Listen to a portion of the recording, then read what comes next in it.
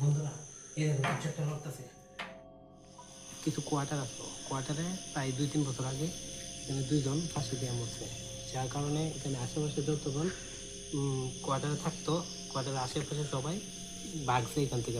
ভাগার কারণটা হচ্ছে এখানে বিভিন্ন রকম আওয়াজ পাওয়া যায়, এমনকি কত ঘন্টা জানি তো এখানে এই পাড়ার বা এই আশেপাশের মানুষরা সবসময় এখান থেকে একটা বিভিন্ন ধরনের আওয়াজ শুনতে পায়। এই জন্য এখানের আশেপাশের মানুষরা আমাদের কাছে রিকোয়েস্ট করেছে যে একবার এসে জায়গাটা ভিজিট করে যাবে। জঙ্গলের ভিতরে প্রায় দেখা যায় যে এখানে দিনের বেলা মানুষ যায় না। এই যে এইদিকে পুরাটাই জঙ্গল, দিনের বেলা ঢুকে যায় না। ভিডিওটা দেখার আগে তুমি যদি তোমার মাকে ভালোবাসো তাহলে এই ভিডিওটিতে একটা লাইক করো, আর তুমি যদি তোমার বাবাকে ভালোবাসো তাহলে চ্যানেলটিকে সাবস্ক্রাইব করে দাও।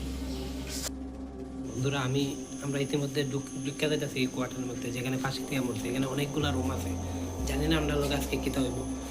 বন্ধু তুই ডরাস নেই?